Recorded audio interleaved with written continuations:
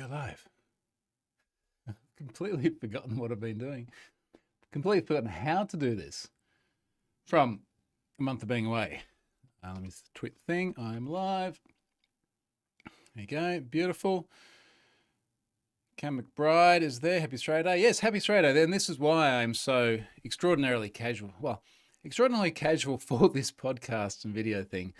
This is my normal attire and hairdo when I'm not trying to be presentable. So,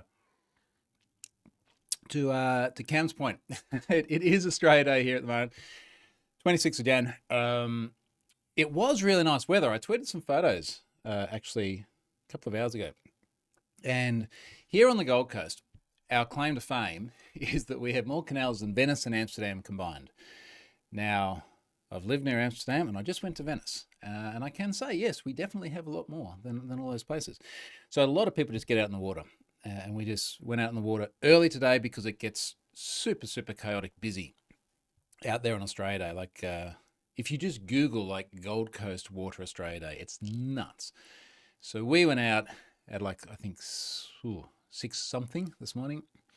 And it was beautiful. And the sun was out and it was so bright. And the water was, what did I say on my watch, 26 degrees or something. There's fish everywhere. It was lovely. Then it started getting very, very busy. So we thought, okay, that's a good time to come home. So now it is 10:30 local, and I feel like I've had half a day already, which is great. Which is part of the joy of being home as well, because here we do, I think in Australia in general, but here on the Gold Coast in particular, we start early. So we get up at 5 o'clock every day, but we go to bed at 8 something, and you get your 8 hours sleep. But it's nice being home. It's really, really nice. A week ago, it was -20 in Oslo, not here. Wayne's here. G'day, Wayne. Thomas, welcome back from the Northern Fridges. Yeah. I've got some tan left. Some tan. A lot of it disappeared over the last 4 weeks, but we'll fix that very soon, which is good. I'll respond to this person later. I knew there'd be something. I didn't think it would be this. I knew there'd be someone who was upset at how much we were enjoying Australia Day. So the photo I've sent is just like the back of the boat, like looking out at the water and the sun's there and I've gone, happy Australia Day, perfect Gold Coast weather, smiles all around. This person's not happy. Tell me you've lost touch with the rest of society, dealing with an economic downturn, without telling me you've lost touch with the rest, because this is what people do now. They say, tell me this without telling me this, as if it's some clever thing they've just thought of. Let's just mention it to Shah. Every time I just laugh. They're funny. I sent them the guitar lessons blog post. So I don't think they quite understood it. So I'll follow up later. But I was saying to Shah, can you remember the last time someone said, or we said generally as a society, gee, everything's fine. There's no poverty. Everybody's happy. There's no housing crisis. There's no wage squeeze. Everything is just, it's always something. And someone will always find a reason to, as they say, piss in your cornflakes. So I'm not going to let that worry us too much. Anyway, where are we? Right, back to business, back to usual. Sponsor this week, as per last week, is Report Your RI. I kind of feel that for most of the people I speak to, Report Your RI doesn't need any introduction. It's the project Scott Helm started many years ago now. I got involved in a little bit after that. Continues to kick goals, doing amazing stuff. Fantastic service for doing things like reporting on content security policy violations. You can catch those for free in the browser. It's part of the spec. It works in everything. But you really want to capture the reports so that you can then actually have a look at what's going on. I'm not even going to read the tagline because I think I can do a better explanation of it than like the 140 character length. So Report Your Eye is fantastic for doing that. You can jump on over to the website and have a little bit of a run with it. If you haven't played with security headers before, it is kind of awesome how much stuff the browser can do straight out of the box. And we normally say in the workshops, it's like, you can go and buy very expensive appliances and some of them are very good too. But use the stuff that your browser does for free. That's a really good starting point, and then add the other stuff on top of it. And then have a service to actually be able to make sense of all the stuff that your browser does for free. That's where Report Your Eye comes into it. All right, so we're done there. Ben, Hey Troy, happy Australia Day. Yeah, thanks, mate. We're still going here. I'm tempted to go to Bunnings and have a sausage today. The Aussies will understand that. Might do that. Cam says, any thoughts on Microsoft hack? Now, this one is interesting. And clarifying that as a Microsoft MVP and a Microsoft regional director, I don't work for Microsoft. I don't direct anything. I don't have a region and they don't pay me. So I definitely don't speak for them. Now, I only know what I've read. And I think the bit that I read was on the Risky Business News the other day. It doesn't read great from Microsoft. I cannot even remember all of the details because there's two other big breaches I wanted to talk, well, big things I wanted to talk about today. I'm not avoiding the question. I honestly just can't remember the details. I only just glanced at the newsletter yesterday. From memory, it was an incident that happened last year. The timing was really bad because Brad Smith just came and did the whole trustworthy computing spiel, which of course is about taking security seriously. I'm actually saying that seriously, like that's the point. So to then have something which is best I could tell from the article appears to be state-sponsored as well, with access to some security pros and execs details. Not a great look. I think some of the commentary I saw was around things like, don't quote me, was it a credential spraying attack against some non-production environment? And then a bunch of people were like, well, where was the MFA, which you should be enforcing every... I don't know. I honestly don't have good answers for it. And I definitely don't speak for them. Rob, good seeing you back in Aussie uniform. Yes, thank you, Rob. Right, Cam's just said no 2FA. Yep, so that was one of the recollections I had from that. Look, I guess regardless of how severe it was, and it doesn't seem like earth-shattering, and it doesn't seem like a nothing burger either. But regardless of how bad it was, I think that the point is that for every major tech company now, particularly those who carve out a niche in the security space, there is an expectation of not necessarily infallibility, but a very high bar. And the way it read is that the bar was not high enough, and then to come on the back of the announcements around the trustworthy... Or was that Bill Gates as well? All the stuff Brad Smith did late last year. The timing was bad, but I honestly don't have more detail than that. Now, stuff I do have detail on, a lot more detail than most people, is the Trello scrape. Now, also, it's so good to be back to good coffee. Very good coffee. Let's talk about the Trello scrape. I'm a bit frustrated about this on a couple of different levels. One is that we have seen so many very large scrapes of services in very recent times, let's say the last couple of years. It feels like by now we should be more on top of this. So let me have a look. If I look at, have I been pwned? Who's been pwned? And I just search for scrape. There was chess.com. This was in November, over 800,000 user records scraped there, published to a public hacking forum. There were actually several other versions of that which were then published there. And I ended up not loading because, frankly, I was just getting sick of the drip feeding of data. And I think the noise it makes for people is sometimes self-defeating. Duolingo, that was in August last year, 2.6 million records scraped out of Duolingo. Let me have a look. There was the Epic one in 2021. That was data also included scraped to his records. Let's go to just the more recent stuff. Gravatar. Gravatar had a whole bunch of stuff scraped because the usernames were MD5. So if you go through and you get a whole bunch of email addresses, you MD5 them, you can throw them at Gravatar and get data back.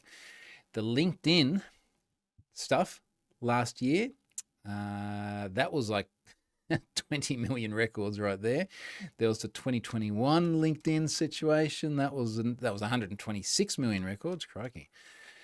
And then that brings us to Trello, which we'll come back to. There was Twitter in 2023. There was this You've Been Scraped one, which Bob Diachenko identified. We'll come back to Bob in the next story. Yeah, and there we go. So the scraping is a thing. And let's be really objective about this. Scraped data comes from resources which are intended to be publicly accessible. Now, someone's LinkedIn profile, for example, it only works if other people can see it. There's no point having a LinkedIn profile and keeping it private. Now, if someone manages to go through and request enough LinkedIn profiles, then they get a very large amount of very useful data that we made public. Does that make it a breach? Does it just make it a scrape? Does it even matter? Is it, to use the term from before, is it a complete nothing burger? The problem, I believe, with this is that there's a couple of problems. Number one is this what you expected as a user of the service? So let's put it in the Trello context. Trello's had 15 million records scraped, published to a public hacking forum where someone has listed it for sale, and someone has also sent the data to me, which is how it's in Have I Been Pwned. Now, I'm in the Trello data breach. I've used Trello before. If you've never used Trello before, it is a service where you can create, it's almost like Kanban boards, where you can put cards and priorities and lists and things like this. It helps you organize your life. Haven't used it for a long time. It was bought by Atlassian a couple of years ago, so it's now Trello Atlassian. Originally started from memory by Jeff Atwood and Joel Spolsky of Stack Overflow fame, which may have been why I thought it was kind of cool. Anyway, I did not expect to see my data there. And this is part of the issue I have with scrapes. Now, I've been in other scrapes as well, such as LinkedIn. When I signed up for Trello, and it's not like you're going to flashes across the front of the page, but when I signed up, I didn't sort of tick the box, which is like someone may be able to use your email address and then pull a whole bunch of data about you, most notably in the Trello incident, your name and your username. Now, it doesn't bother me too much insofar as my email address is literally on the contact link of my blog. It's associated to my name, and I think my username was like Troy Hunt and then a number or something. So it's really not of significance to me, but it still surprised me. There will be other people who will also be surprised, and if I was to take a poll, I almost put a poll out on this the other day, but I felt like it was a very predictable outcome. If you were to take a poll, I would say the vast majority of people would not have expected their data to be accessible in this way. And that is a core part of the issue. And it's almost the Cambridge Analytica stuff from Facebook years ago as well, where the data was there. It is meant to be available in some ways, but not in other ways. So that's a large part of the problem, the expectation from individuals as to whether or not their data would be publicly accessible in this way. Now, of course, part of this problem as well, which I think is a little bit different to, well, maybe it's the same as LinkedIn, is the resolution of the email address to the name. Now, there are a lot of people out there who want to operate under pseudonyms. LinkedIn might be a bit different insofar as there's not much point creating what is very often like a job-seeking profile under a pseudonym. It's like, you don't want to go onto LinkedIn and like be a furry or something like that, because it's probably not going to help you get jobs. But for something like Trello, there's no real great necessity, I would imagine, to associate an email address to an actual name. But maybe people do this. Maybe they use an email address which is a private one. They don't want to expose to anyone else. And then they have a name attached to it, and they don't want the association between the email address and the name known to other people. Now, maybe that's not the case in most of the circumstances. However, I would prefer to default to the side of privacy in this case and not make that information available that way. I'm not actually sure what the use case is for being able to put an email address into an endpoint on Trello and return a name and a username. I imagine there's a reason for it. They built that for a purpose. It's not clear to me why that is. It's not clear if it's actually necessary. I mean, let's say, for example, you're inviting other people to your Trello boards. Why couldn't you just put in an email address and then send the invite? And whatever endpoint it is that you hit as the inviter just simply says, hey, it's invite has been sent. Why can't it do that? I don't know. If you're from Trello, let me know. So that's the first part of the problem, the expectation of individuals.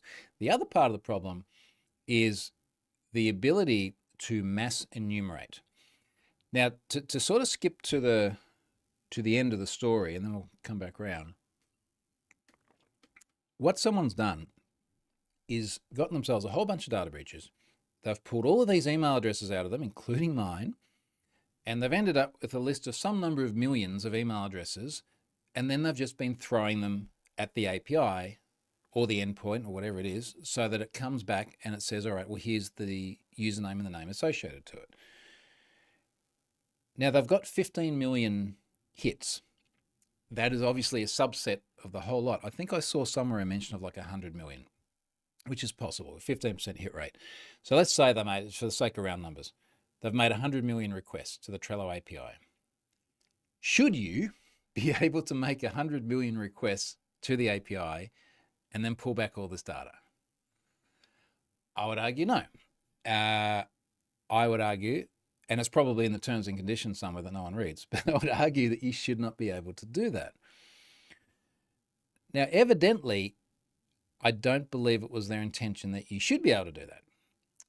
And I'll say that for two reasons. I'm going to look up a tweet while I'm talking.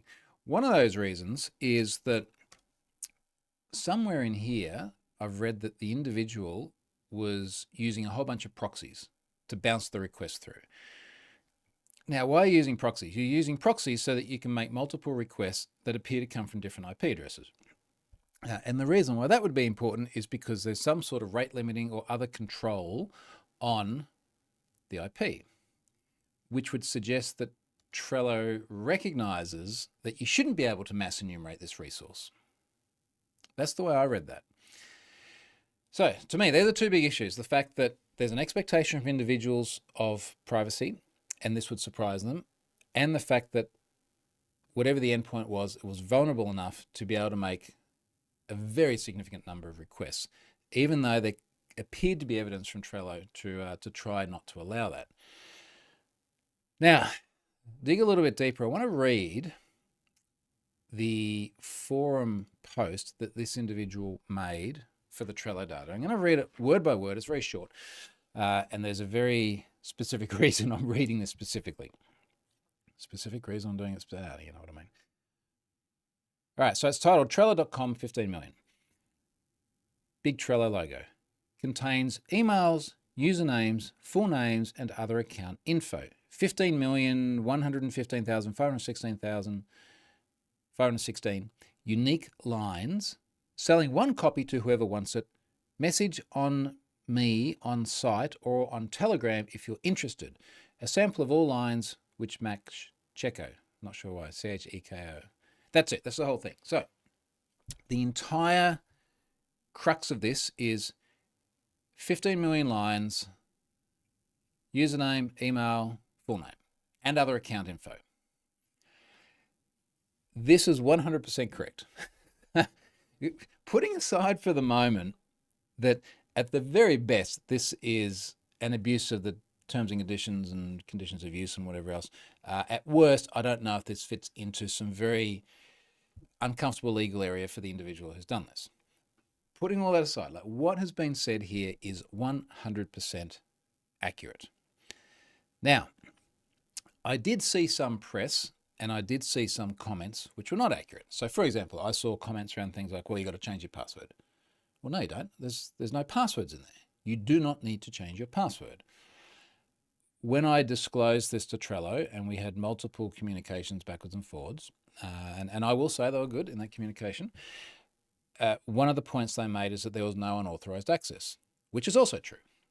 Scraping is not exploiting unauthorized access. It's not like someone took over someone's account, they didn't find a SQL injection vulnerability, there wasn't a publicly accessible database backup or anything like that. There was no unauthorized access. So the Trello statement is correct. Now, I'm getting to something here. So bear with me. Reading the tweets.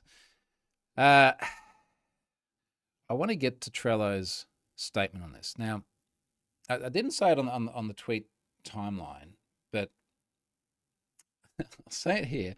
I did say to them at the time, I suggest you make a statement on this and you explain precisely what's happened. Now, just leave that hang there. And I did also let them know when it was going to go into Have I Been Pwned and when I was going to notify people.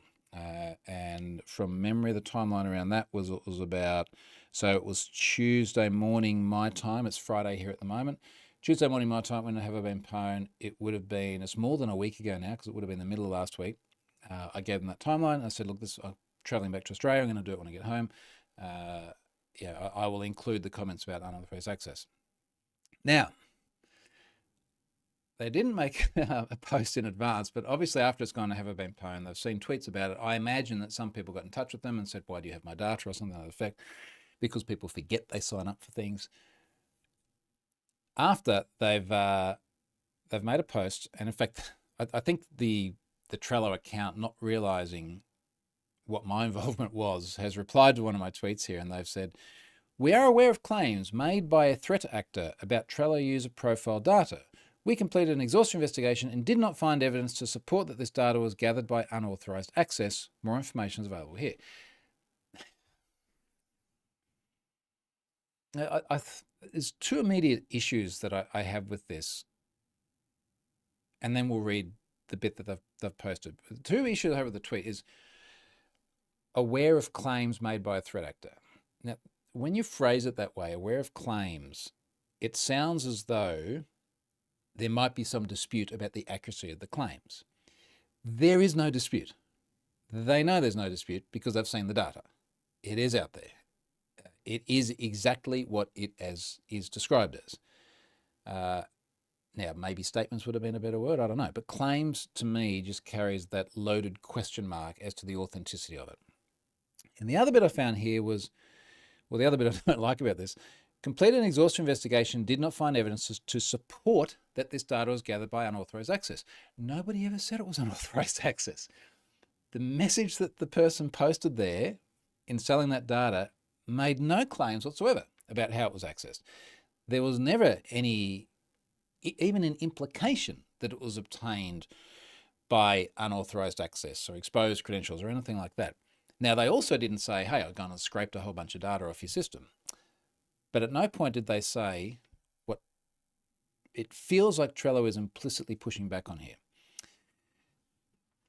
Now, then the post that they've made says setting the record straight about Trello user profile data. And again, the issue I have here is that it reads from the outset like statements have been made that are incorrect and we're going to correct it. Now, maybe they're referring to some of the press I saw, which is incorrect. Totally agree. But again, like on the surface, it just doesn't feel good. We're aware of claims made by a threat actor about Trello user profile data. We already talked about claims. We completed an exhaustive investigation and did not, bold, find evidence to support that this data was gathered by unauthorized access. Yeah, I know. We never said it was. That's not the point. A threat actor who was in possession of pre-existing list of email addresses used those email addresses to look up public Trello profiles. The email addresses and the public Trello user profile data were combined to create the final data set, which then feels like an admission of what it actually was. We want to reassure you that the threat actor only obtained Trello user profile that was already publicly available and combined this information with email addresses that the threat actor had obtained from another source. Agreed. You know, the thing that got me, when I first saw this, I went Control F, scrape. Now, I had no results when I did that before. I've got one result now, which is a comment. I haven't actually seen these comments here. Someone says, oh yeah, they copied and pasted this statement from Have I Been Pwned. In January 2024, data was scraped from Trello and posted for sale on a popular hacking forum containing over 15 million email addresses, usernames. You know what I mean. Let's look at the comments here. This person says the linked profile page does not work and redirects to the homepage. I can't understand why it be disabled now. Someone else, are you logged in? Oh, this is community leader. Someone else, thanks for transparency update. Someone else, I received the notice that the Trello board was scraped and information will be sold. What measurement needs to be made? As I trusted it was safe and used Atlassian to further enhance the security, there are a lot of info that could hurt HERT, my company badly if leaked. Fair question, no answer yet. And someone else has put something here in a language I don't know. So yeah, I felt there's a lot missing here. It's very, very short. It goes on to say there is no action you need to take related to your Trello account. Now, what I would have liked to have seen here is, how do I stop my Trello account from being accessed by email address? Let me rephrase it just for the sake of complete accuracy. How do I stop my username and my name being resolved by someone else who has the email address? So when it says there's no action you need to take, I'd like to know the answer to that. Please review your Trello privacy setting to ensure anything in a public field is something you don't mind being public. Okay, well, that's just, just partway there. Well, that begs the question, because I'm in the Trello data breach. We've got a link here to trello.com/u page not found. Okay, let's log in.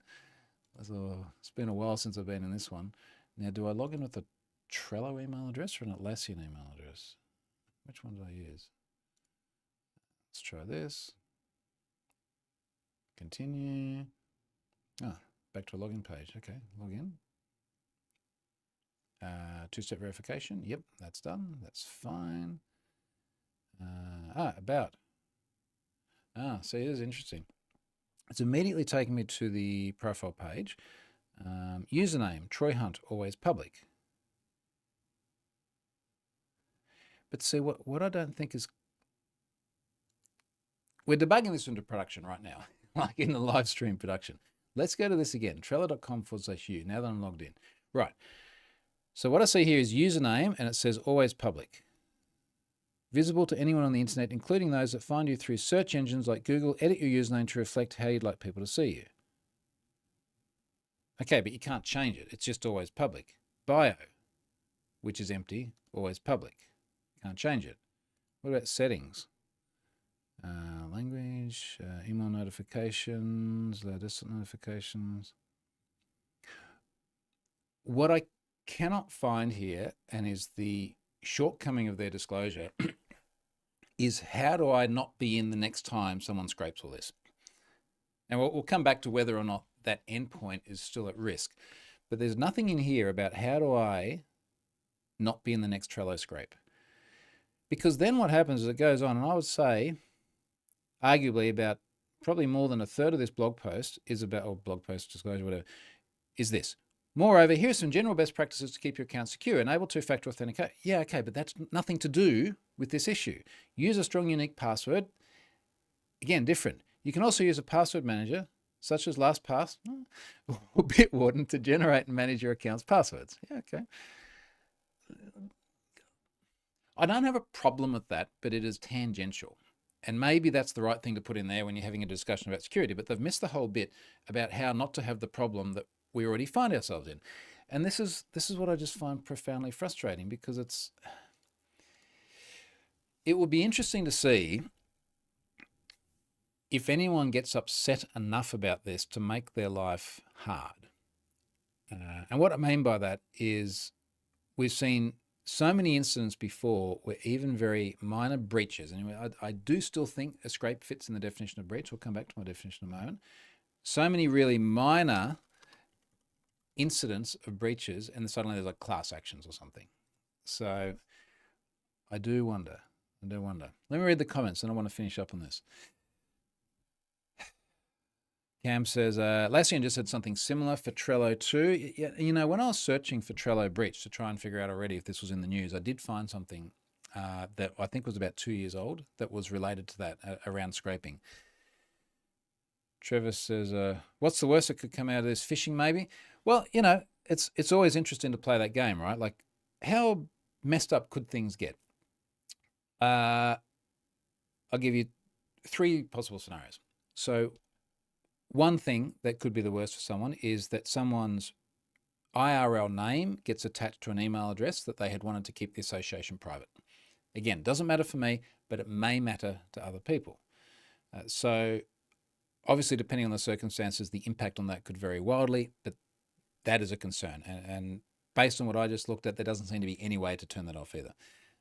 The other one, to your point there, is phishing. It could be very targeted phishing because you know that someone has a Trello account. Not only do you know they have a Trello account, but you know what their name is. So you can craft a message which addresses someone by name. It refers to a service that they use. That's a risk. And the third thing is just good old-fashioned spam.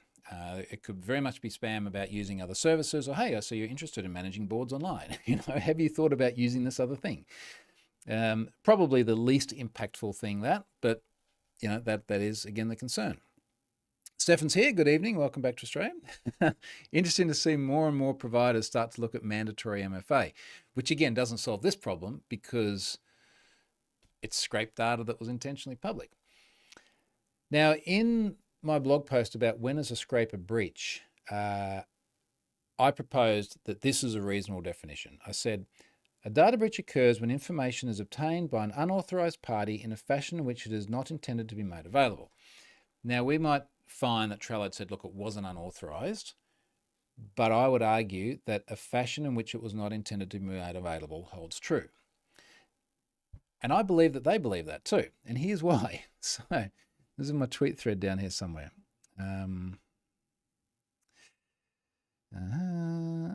Because they made some comments. Where is it? On one of the news articles, on the Bleeping Computer article. Right.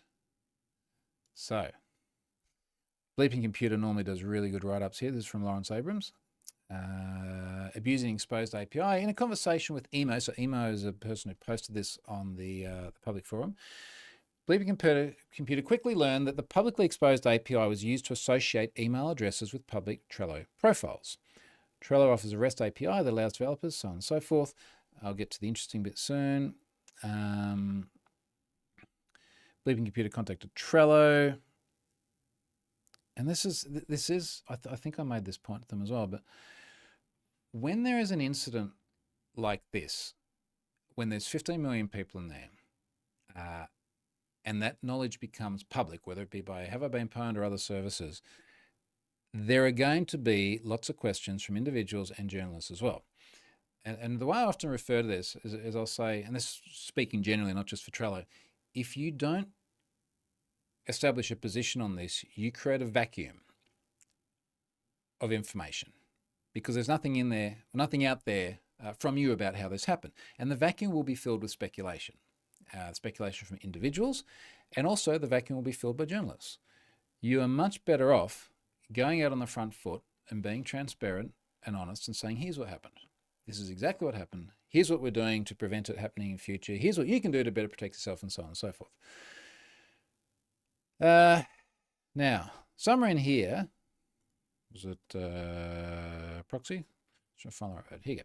When Bleeping Computer was told that Trello's API is rate limited per IP address, the threat actor said they purchased proxy service to rotate their connections and keep querying the API constantly. So obviously, Trello had some controls in there to try and stop mass enumeration, obviously limit by IP address. Now, there's another interesting thing here where they've said, this is their statement, given the misuse of the API uncovered in this investigation, it does say misuse, we've made a change to it so that unauthenticated users / services cannot request another user's information by email. So they don't want this to happen. Authenticated users can still request information that was publicly available on another user's profile using this API. So it recognizes that there was a shortcoming because they've made change. Look, if everything was perfect and nothing went wrong, they wouldn't change anything. But something did go wrong, and that's why they've made a change. But I can see how this might help address mass enumeration, but it still doesn't solve the problem of I could just create a Trello account, chuck someone else's email address in there and get back this data. That's my read of it. This change strikes a balance between preventing misuse of the API while keeping the invite to a public board by email feature working for users. But again, like, why do you need to return someone's username and their real name, and even whether or not they already have an account, into the invitation process? We'll continue to monitor the use of the API and take any necessary actions. So, all right. Anyway, that's my read on that. We'll see if anything more comes out of this, but they're just like one more on the list of services that have been scraped. Yotam Perkal from Israel. Sorry if I mispronounced that. Welcome. Stefan says, also interesting to see the account enumeration is still the norm for most services. There are so frequently enumeration vectors of one kind or another. And very often, I think Stefan was in my workshop many years ago. We would have done this, and Scott and I still do this in the workshops. But you very often find enumeration vectors in 3 different places on a service. One is on password reset, where the service will come back and say either, hey, we've sent you an email, or the account doesn't exist, so we can't. So that's one place. The other place is on login. There are a lot of services these days where you put in the email address first, and then it's like either register and create a new account, or now put in your password, which of course is implicit disclosure of whether the account exists or not. And even if you get both of those right, the one that I almost always get a hit on is registration. So you just try and register for a new account, put in the email address, and it will come back and go, either, yeah, fine, like complete the registration process, or you can't because you're already registered. So I agree with Stefan, like it seems to be the norm. But I'd also argue there's a little bit of a difference between enumeration, like a yes, no to whether or not the account exists, and yes, no, and here is other associated data of the account, such as the name and the username. Ken's here, g'day Ken. Adam, why do you think a lot of noise was made about the Medibank hacker?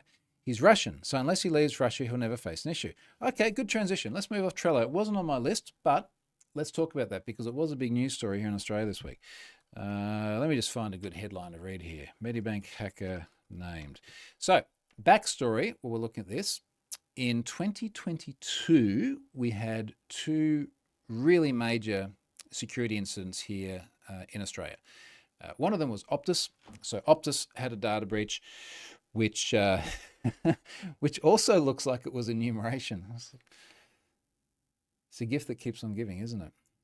In Optus's case, the theory is, and we've never seen a public naming the individual, but the theory is it was either a child or a very young adult, found an endpoint they could chuck a phone number into, add one to the phone number, because you can keep doing that with phone numbers, and you get another phone or you get another set of data, and it just returned a whole bunch of info. They put it on the same hacking forum. I think it was actually the predecessor to the same hacking forum that the Trello stuff was on, asked for $1 million, then quickly recanted, and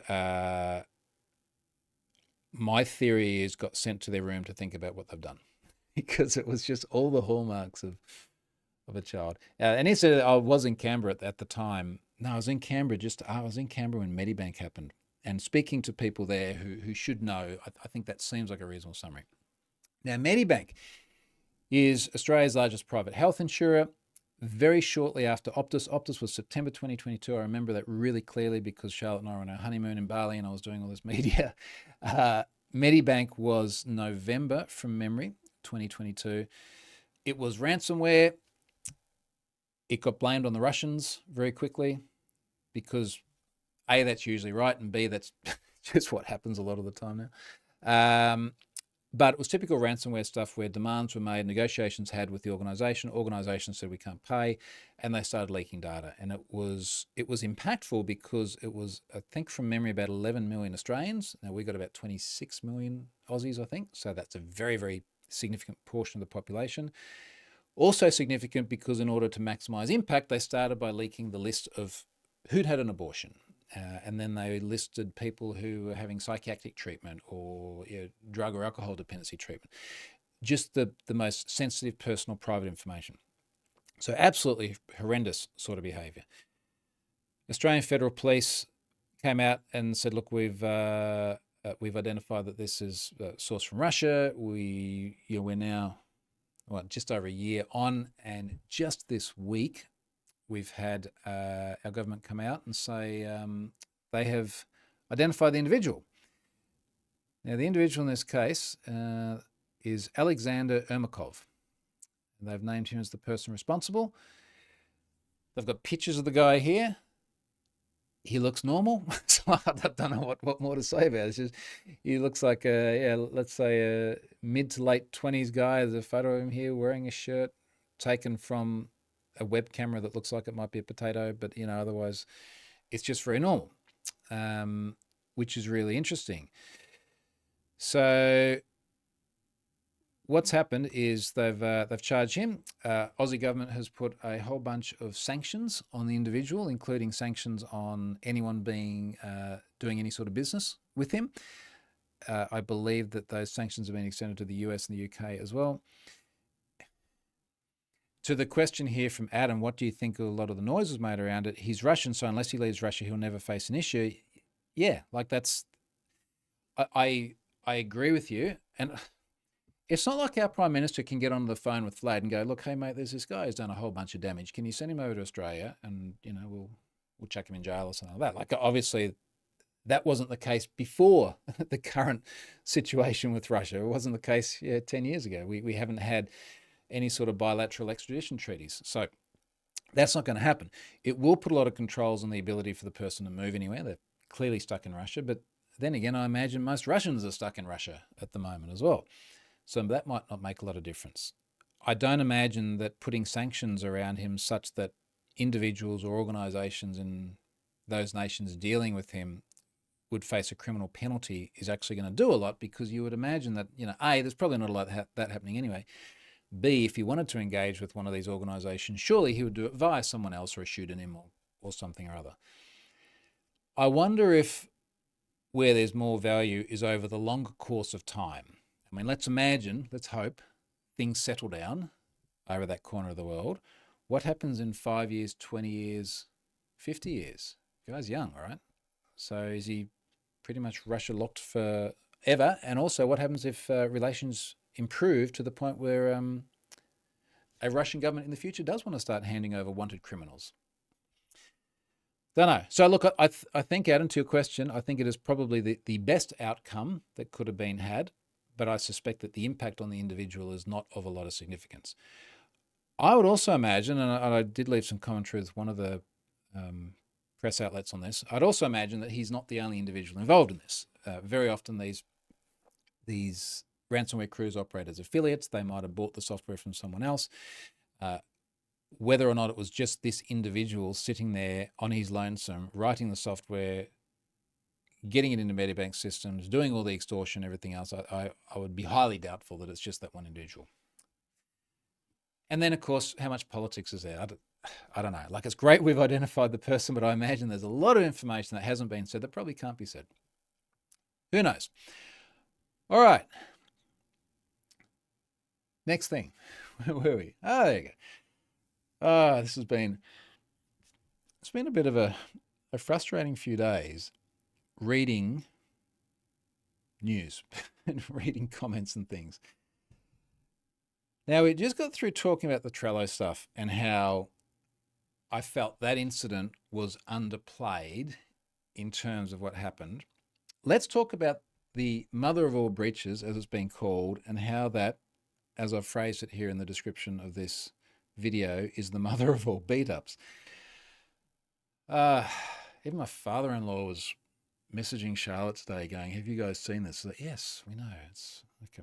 So let me just find the blog post. This popped up a few days ago from Cyber News. When was this? 4 days ago, my time. Bob Diachenko. I mentioned Bob earlier on. Bob is a good bloke, and Bob has found a lot of really interesting stuff. A lot of interesting stuff that's ended up in Have I Been Pwned. We've chatted many times. I have a little bit of a feeling this is one of those situations where he's found things and he's been very accurate and factual in his reporting, and then someone has picked it up and spun it into something out of control. But be that as it may, Bob finds a lot of really interesting exposed data. And he's found what I think we could reasonably refer to as somebody's personal stash of data breaches. Now, the headline here says, the supermassive, all one word, is that a new word? Supermassive? The supermassive leak contains data from numerous previous breaches comprising an astounding 12 terabytes of information spanning over a mind-boggling, is that two superlatives in one sentence? Mind-boggling 26 billion records. The leak, which contains LinkedIn, Twitter. Have you heard of these before? It's like, where have I heard of those having a data breach before? Weibo, Tencent, and other platforms' user data is almost certainly the largest ever discovered. And this is just, I can't even get past the byline without it sounding like bullshit. So I think the right way to explain this is, I've often spoken about how data breach collection almost becomes a little bit like kids collecting baseball cards or something like that. And, they collect a bunch and then they exchange some with other people. But unlike the baseball card is that you can exchange it with other people and you still have the original one. And you end up with a lot of people out there with massive personal stashes of data. Add to the fact that storage is really, really cheap locally. Storage on the cloud is really, really cheap. And then you have things like these public hacking forums where stuff like Trello data has appeared for sale, but I'm sure sooner or later that will be there for everyone to download. And there's so much data floating around and so many people collecting it and just putting it in a folder somewhere that there are many, many, many personal stashes around. There are many, many personal stashes that are intentionally publicly accessible. I know this because this is where I get some of the data for Have I Been Pwned. There is nothing newsworthy about a massive personal stash of data containing many, many data breaches from the past. And this is what's really grinding my gears. Now, just before someone jumps in and like, oh, well, Troy's probably not happy because there's this other search service where you can look for this stuff. That's not the issue. There's been huge amounts of press sending people to have I been pwned, but it's created a lot of confusion and a lot of misunderstanding about what's actually happened. I've got a tweet thread going with this. I'll drop it into the show notes. And the last tweet here, 21 hours ago, I said, this reporting is just getting stupid. And what I'm referring to here is ACS, which is the Australian Computer Society, .org.au. Like their headline is big brands caught in mother of all breaches. Twitter, LinkedIn, Adobe. It's like, yeah, idiots. Adobe was in 2013, because that was the data that originally fed into Have I Been Pwned. Twitter we know about, LinkedIn, these are all things. Like to say a big brand caught up in the mother of all breaches, what are you going to do? Like every time you go and you find some kid's personal stash, you're going to write a news story to say, hey, these brands are in a new breach. It is ridiculous.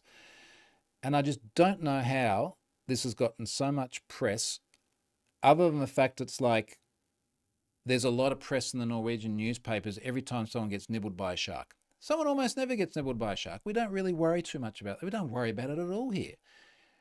But somehow this one little thing gets blown up into something which is just exponentially larger than reality.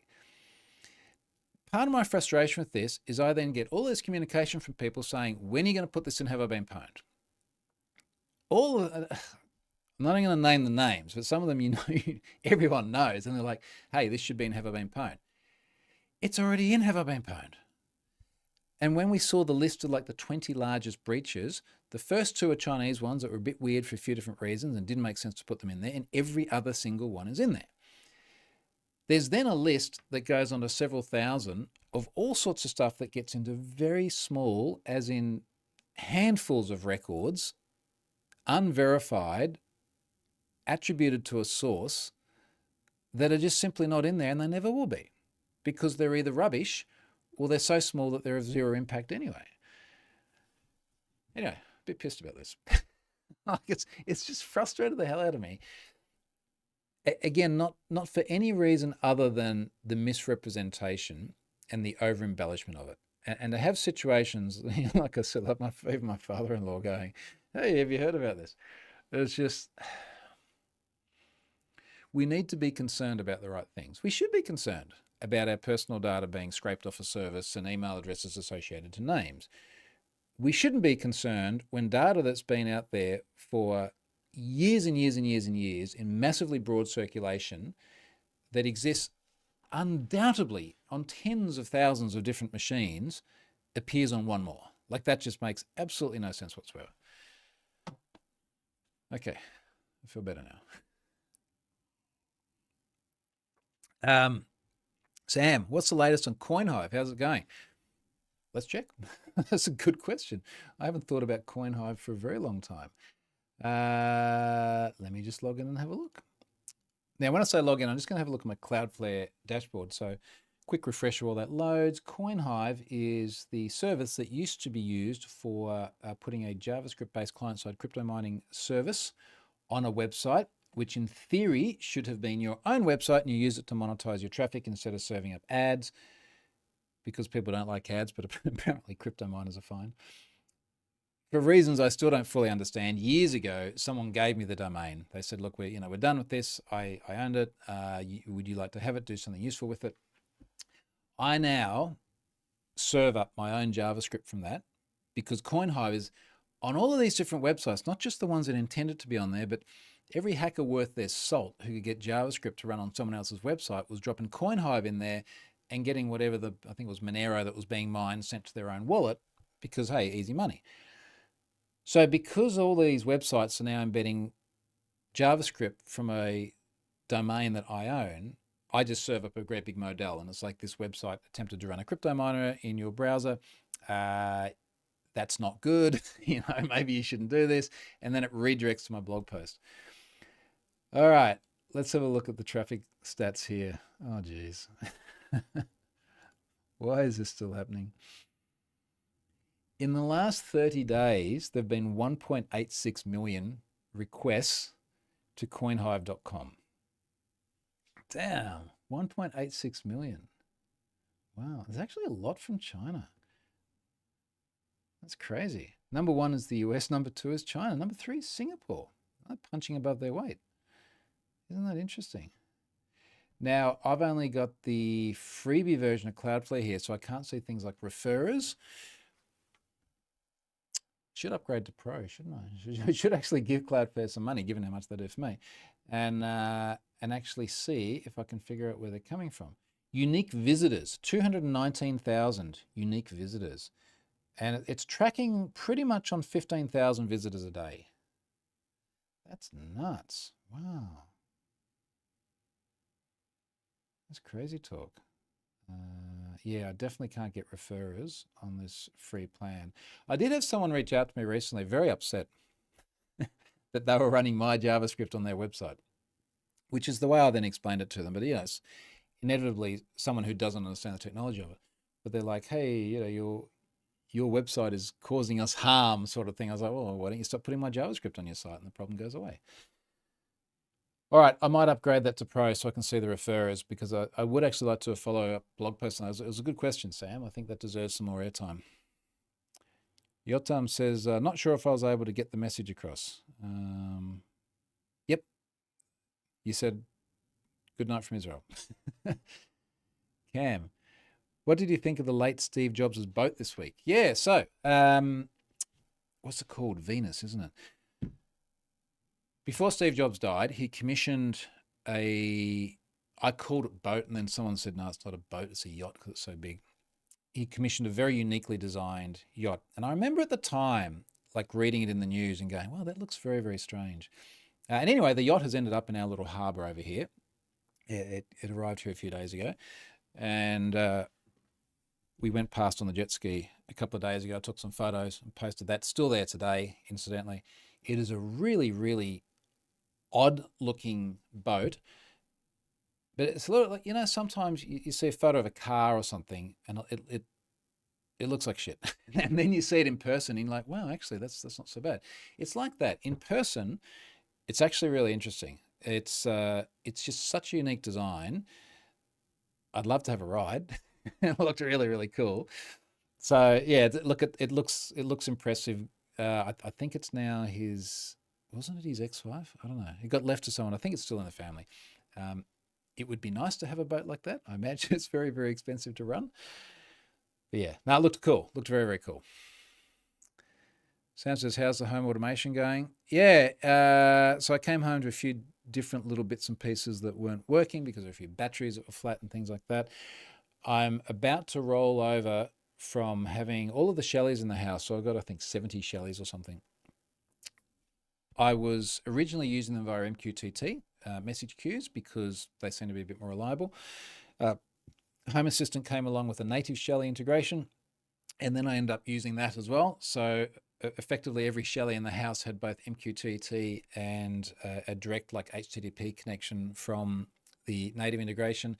I'm now going to go through and get rid of all the MQTT. And I just started doing that the other day. And the main reason is I don't need the same device listed there twice. That doesn't make a lot of sense. And also I'm just finding it really, really reliable communicating via the Shelly integration within Home Assistant. So I'd rather turn off MQTT, remove all the settings from each one of the Shellys, which I can just script easily enough. So they'll stop doing sort of mass communications via that protocol, and they'll just sit there and be HTTP addressable. So I'm actually hoping that that maybe simplifies a few things in the setup, but I'm going to have to break a lot of stuff to do that. And when I say break a lot of stuff, I had so many references to the MQTT entity names, and I'm going to have to change them to Shellys. But one thing I did, which was kind of smart with the benefit of hindsight, is every time I set up a new Shelly, I was setting it up on both platforms, and I was suffixing it with either MQTT or Shelly. So it's like, let's say switch.troy's office underscore MQTT, and then another one underscore Shelly. So I can literally just did a find and replace the other day, and most of those worked across my scenes, my automations.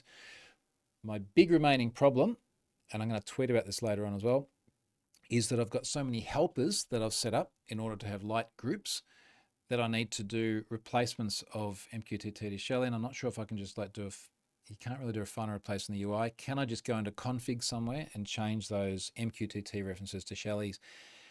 And then I'll just delete MQTT and we'll just see how much stuff breaks. Your time, I sent another message. I think YouTube censored it since I had a link.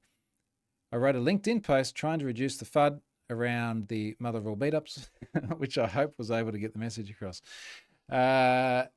Reply to my thread on Twitter and add it in there because people will see it there, I hope. All right, two more things here. Now, one of them, I promised Charlotte I'd talk about this today because it's something that's come up a little bit over the last week and a bit. The NAS.API data that I loaded last week, and then the Trello data this week, because they're quite large, a whole bunch of people have come to Have a Been Pwned and used the domain search service, and in some cases had to buy a subscription in order to search really big domains. And one of the things that we're finding is happening a bit is the way we structured the tiers. If we go back to August last year when we launched this, is we said, let's take all of the domains that are being monitored in the system.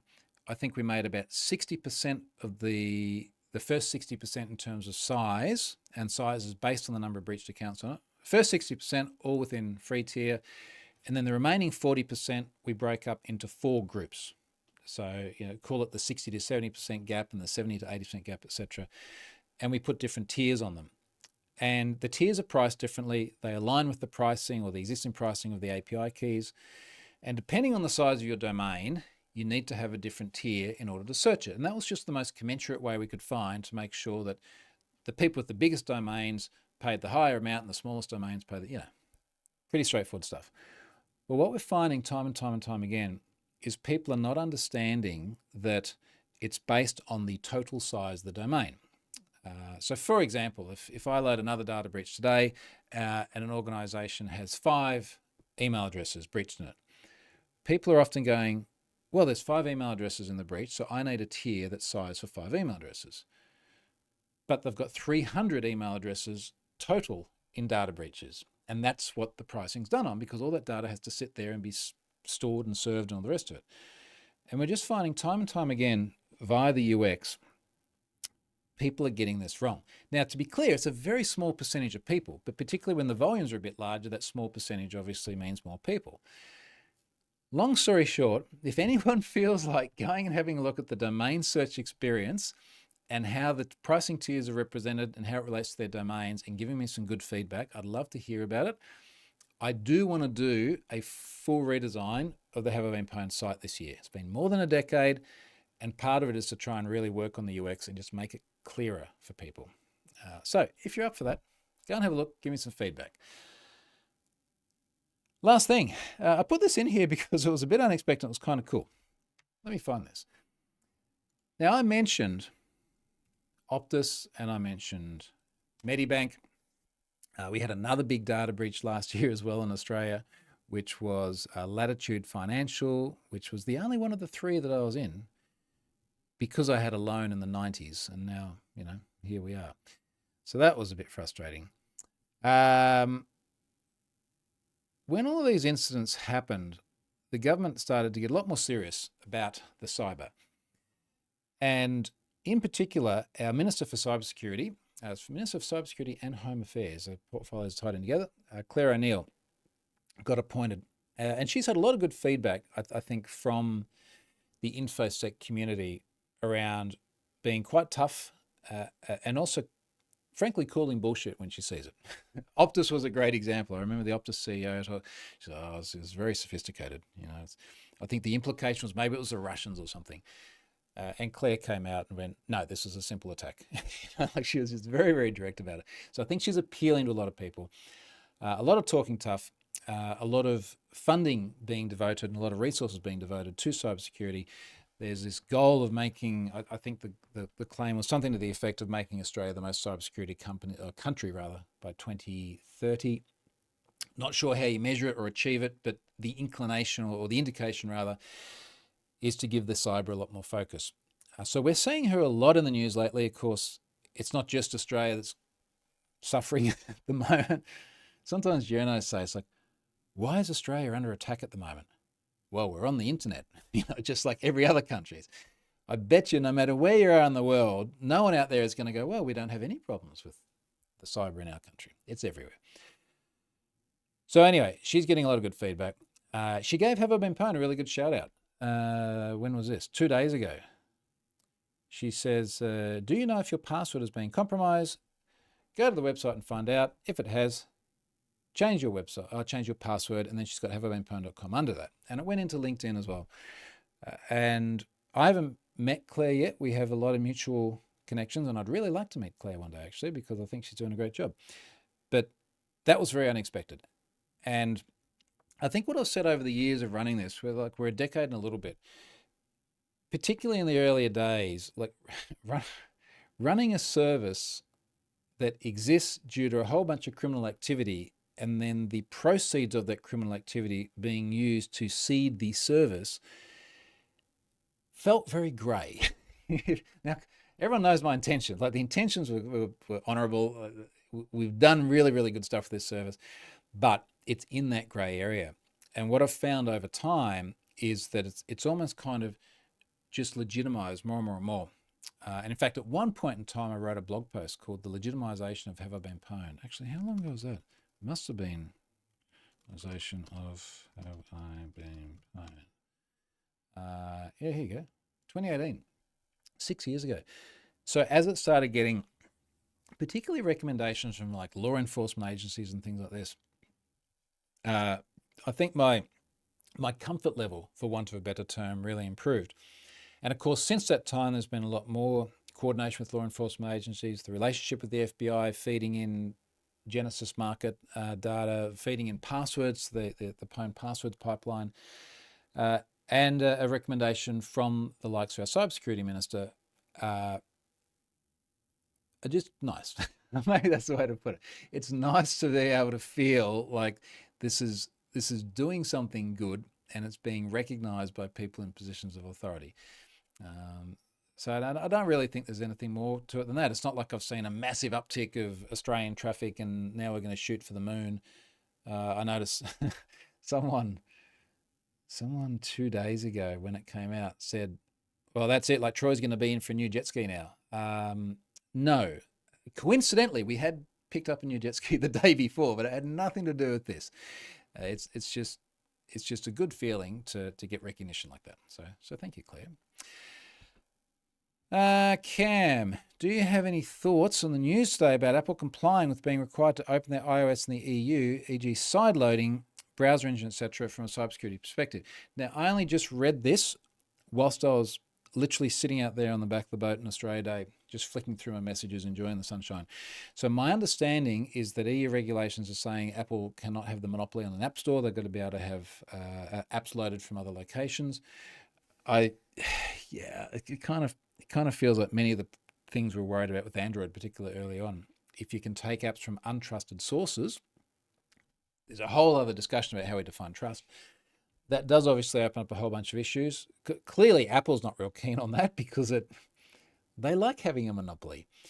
I kind of get the EU position just based on the very small amount I've read, insofar as governments and consumers generally don't like monopolies. Monopolies are generally not very good for competition, for improving the ecosystem, everything else. But iOS has been such a robust, secure operating system for so many years, in part because that has been the one channel where everything gets loaded. Side loading has been non-trivial. It's still been possible. You could have, test flight and things like that to sideload things from other places, but that's not something that faces your mainstream consumer. If we now have hundreds of millions of Europeans being able to load stuff in from all sorts of other places, I don't know. We'll see. So yeah, Cam, that's about all I know on it at the moment, mate. That's just the bit I've read. I'm hoping to listen to this on Risky Business next week or something and actually hear some more informed opinions. Okay, folks, I'm going to wrap it up there. Go enjoy the rest of my Australia Day. I will be coming to you from home again next week and for quite the foreseeable future now. Until Sydney, NDC Sydney. Actually, NDC Sydney, I might be back here because I'm going to come back on the Friday. And if you're in Australia, go check out NDC Sydney. It's on in a few weeks from now. I'll be there talking about how I met your data. Thanks for watching.